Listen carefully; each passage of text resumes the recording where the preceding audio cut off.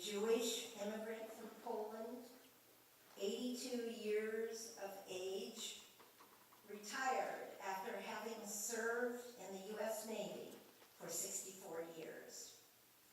He was the father of the engineering marvel, the U.S. nuclear-powered submarine, and developer of civilian uses of nuclear power in the world. He helped set up nuclear engineering departments at leading colleges and universities throughout the U.S. He established his own graduate programs for officers in nuclear engineering and physics, and wrote books on Russian, Swiss, and U.S. education. His undergraduate degree was from the U.S. Naval Academy, and he then went on for a master's degree in electrical engineering from Columbia University.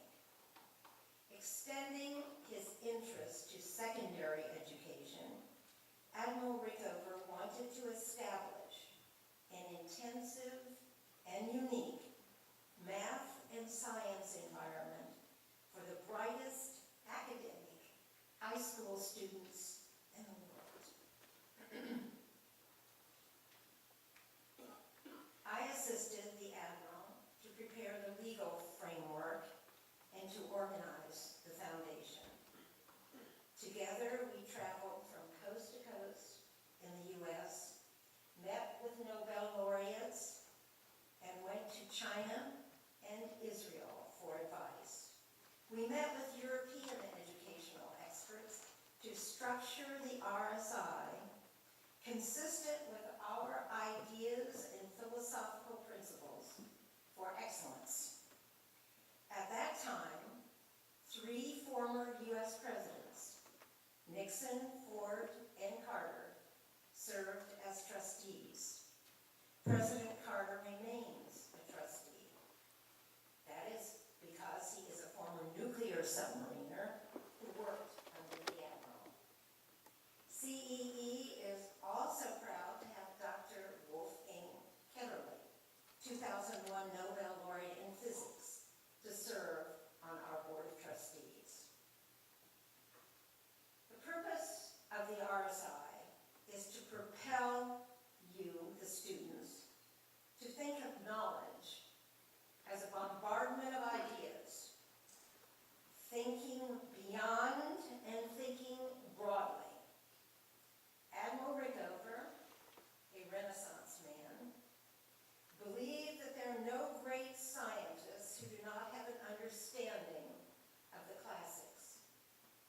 Like cognitive science, theoretical physics, or calculus, the creations and philosophical ideas of the ages are part of our collective heritage and human memory.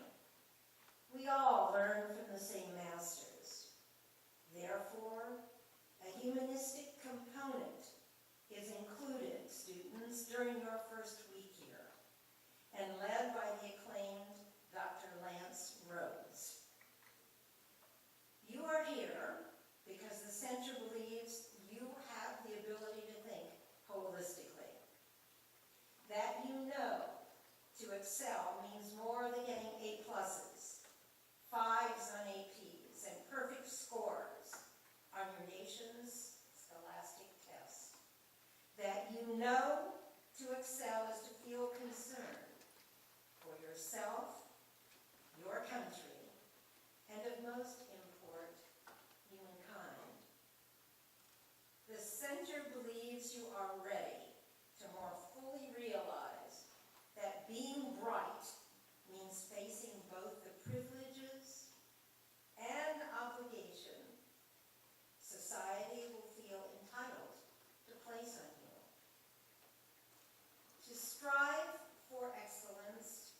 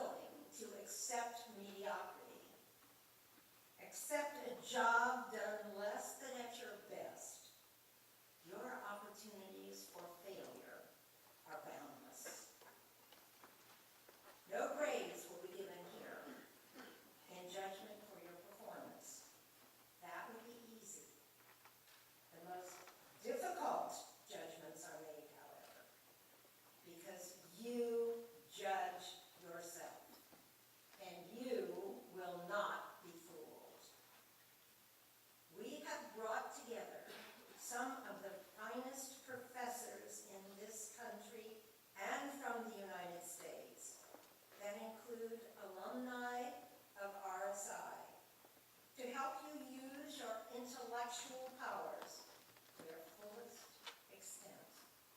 And you are being provided access to cutting-edge opportunities, which only Tsinghua University and a few other premier colleges and universities in the world can provide. In Descartes' search for methods, he poses the following thought about a good mind. It's not enough to have a good mind. The principal thing is to apply it well. The greatest souls are as capable of the greatest vices. So those who move very slowly may advance much further if they always follow the right way than those who run but stray from it. Descartes is telling us not to deceive ourselves, to believe that a little copper and glass is gold and diamonds. Locke, in his essay concerning human understanding, warns, as does Descartes, for patience and an understanding that great scientific achievements are shared by the unknown work of many. Locke says that many great works will have begun by chance, are continued by entreaty, written in incoherent parcels, and after long intervals of neglect, resumed again as humor or occasion permits. Darwin's contributions are perhaps the supreme example of this. Locke further stated that the commonwealth of learning is not without the master builders whose mighty designs in advancing the sciences will leave lasting monuments to the admiration of posterity. But not everyone can be a Boyle, and in an age that produced such masters as the incomparable Isaac Newton and others of that strain, ambition must sometimes be fulfilled as an underlaborer in clearing the ground a little and removing some of the rubbish that lies in the way of knowledge. But along with Locke's wisdom, we must remember the dream of the poet Robert Burns. Ah, but a person's reach should exceed the grasp of what's a heaven for. Students, your grasp of facts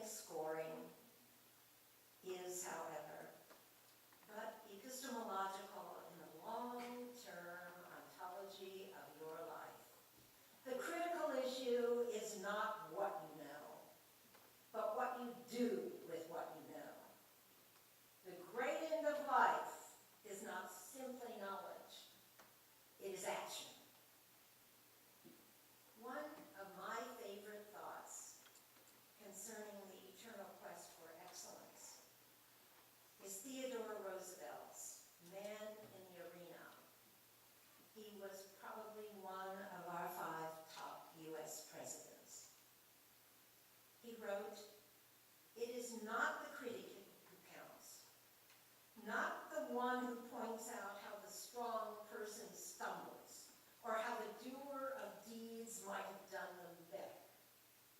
The credit belongs to the individual who is actually in the arena, who is marred with sweat and dust and blood, who strives valiantly, who errs and comes short again and again, who knows the great enthusiasm, the great devotions, and does so in a worthy cause, who, if she or he wins, knows the triumphs of high achievements, and who, if he or she fails, at least fails while doing so greatly, so that one's place shall never be with those cold and timid souls who know neither victory or defeat." In simple words, students, you will encounter temporary disappointments. Make certain that no one else pays the price for your pain. You are at RSI to better understand that the knowledge you have and will acquire must not remain imprisoned in your brain. There's a need to pay back what was given to you. Call it gratitude. But there is a wonderful other component of the Institute that you will experience. Synergism between and among you. Fun, new friendships, and the sharing of ideas and dreams with some other of China's top student achievers. Our illustrious group of professors, tutors, counselors, and your directors of this program and executive directors are here to help you meet your needs. And innumerable RSI alumni who are contributing to this program, who we met this evening, contribute time to the Center's efforts every year. The Center for Excellence in Education in Tsinghua University believe in you. We will share your joys and sorrows as you become intricately involved with a very close-knit and special group of alumni. The group exists because of you and your predecessors. We will be involved with you for the remainder of your high school days, your undergraduate years, and your graduate and professional careers. In a passage that is quoted as the motto of Part 3, in Thus Spoke Zarathustra by Friedrich Nietzsche, Zarathustra asked, "Who among you can laugh and be elevated at the same time?" I should hope that during this session of RSI, you are provided with such an opportunity to laugh and to be elevated. Good luck. Work hard. You will work hard. Do well. Tsinghua University and the Center are positive that the world will benefit from your accomplishments. Thank you.